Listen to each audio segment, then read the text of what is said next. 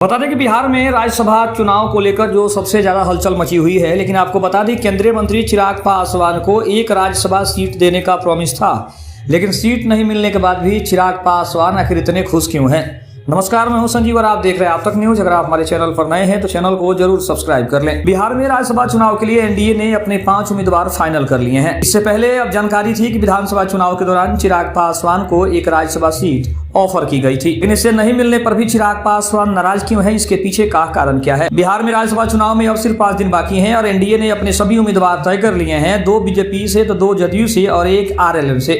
लेकिन यही एक बात अलग है कि बिहार विधानसभा चुनाव 2025 के दौरान चिराग पासवान पहले 41 और फिर 36 सीटें पड़ गए थे। तब कुछ सूत्रों ने बताया था कि चिराग पासवान 29 सीटों पर और 1 राज्यसभा सीट पर मान गए। आखिर में चिराग पासवान ने बिहार में 29 विधानसभा सीटों पर चुनाव भी लड़ा, लेकिन इस बार राज्यसभा में चिराग की पार्टी से बिहार में कोई कैंडिडेट नहीं है। आमतौर पर माना जाता है कि डिमांड नहीं पूरी होने पर चिराग पासवान नाराज हो जाते हैं, लेकिन इस बार ऐसा बिल्कुल नहीं हुआ है।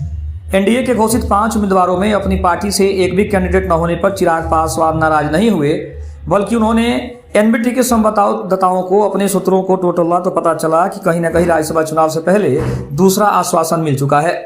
चिराग पासवान की नजर अब ऐसी जगह पर है जहां उनकी पार्टी फिलहाल 0 पर है। अगर बात करें तो हमारे विश्वसनीय सूत्रों ने हमें यह बताया कि चिराग पासवान को राज्यसभा सीट कुर्बान करने के बदले बिहार विधान परिषद में 1 एमएलसी की सीट दी जा सकती है।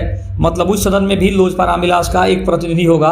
और आपको बता दें कि फिलहाल बिहार विधान परिषद में लोजपा रामविलास का एक भी सदस्य नहीं है। वहीं वर्तमान में बिहार सरकार में लोजपा कोटे से 2 मंत्री हैं, संजय कुमार और संजय कुमार सिंह। इन दोनों के अलावा अगली बार सरकार में चिराग पासवान की पार्टी से एक और विधायक मंत्री बन सकते। आपको बता दें कि 2020 में चिराग पासवान की पार्टी से एक ही विधायक राजकुमार सिंह थे, हालांकि बाद में वो जदयू में चले गए। इसके बाद 2020 से 2025 तक बिहार विधानमंडल के दोनों सदन में लोजपा रामविलास के न तो एक भी विधायक थे और न भी एक भी विधान पार्षद थे।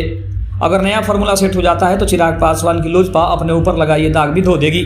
अब सवाल ये है कि क्या चिराग पासवान की पार्टी लोजपा रामविलास से कोई सदस्य देश के उच्च सदन यानी राज्यसभा में जाएगा या नहीं। लेकिन आपको बता दें कि लोजपा से दिवंगत केंद्रीय मंत्री रामविलास पासवान ही पार्टी के अंतिम राज्यसभा के सदस्य थे। इसके बाद लोजपा से एक भी नेता राज्यसभा में नहीं जा सका है। ऐसे में राज्यसभा में भी लोजपा अपना खाता खोलने को बेकरार है।